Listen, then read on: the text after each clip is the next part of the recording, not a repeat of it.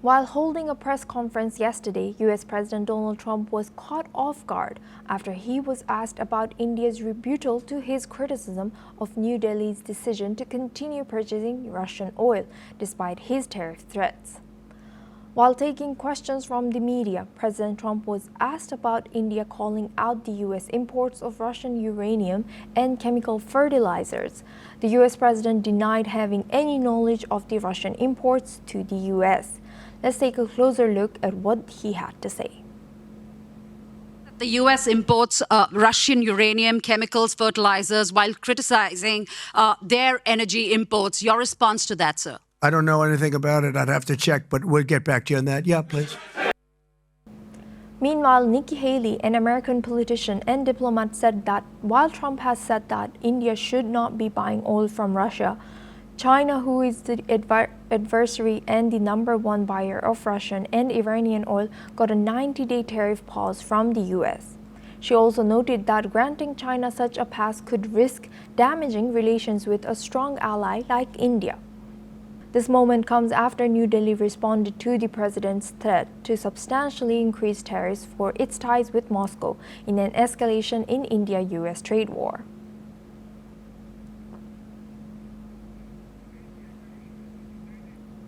Now for this discussion, we are joined by Jaijit Bhattacharya. He's an economist and finance expert, joins us live from New Delhi. Thank you for joining us today. Good to see you. Now, given India's rebuttal to President Trump's criticism over oil purchases, how might this affect future U.S.-India trade relations?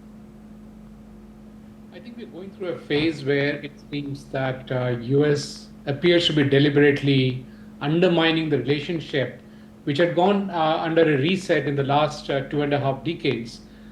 We were slowly normalizing the ties, if I can call it normalizing, between U.S. and India. Because there has been a series of affronts from an Indian perspective that US has been putting on India in terms of security challenges that US had put on India.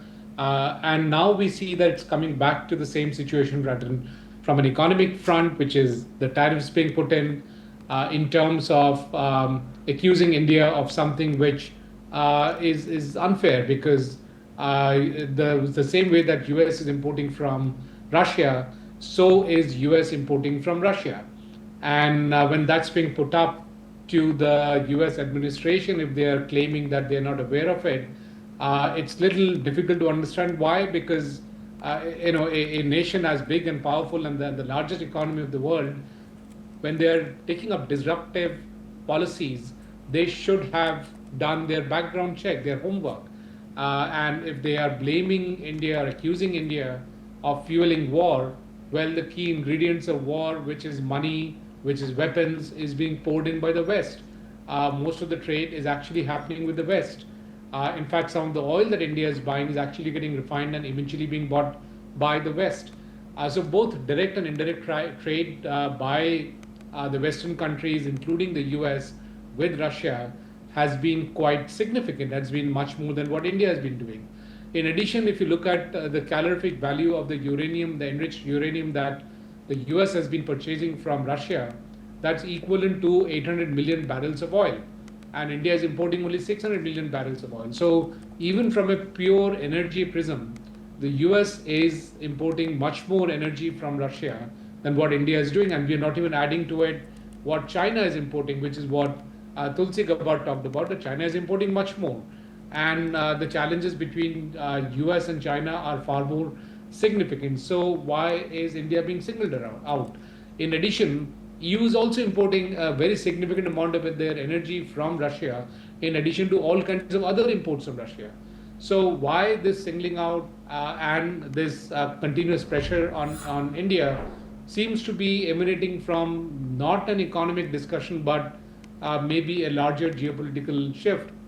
Also in the background has been the US supporting terrorism in this part of the world, wherein when we had similar terrorism case in the Middle East, the US has been supporting an act which has led to large amount of deaths happening in Gaza and West Bank that we are talking about. However, in India, there was a surgical, precise military response, and the US went against that and did not support it in their utterances, and not directly, but in terms of equating the terrorism with the victim. So in that larger context, we find it that the US is actually drifting away from India, and therefore this pronouncement of singling out India just seems to be an emanation of a larger US policy of drifting away from India. And also, given that how clueless he was about this and President Trump's reaction, what do you make up of that? Do you think he was just avoiding that question, or his reaction was genuine? Well, I wouldn't be knowing whether he did not know about the details or he was evading it, but clearly he did not answer it. He did not even say that if this is true, then they're wrong, that US is wrong in what they're doing.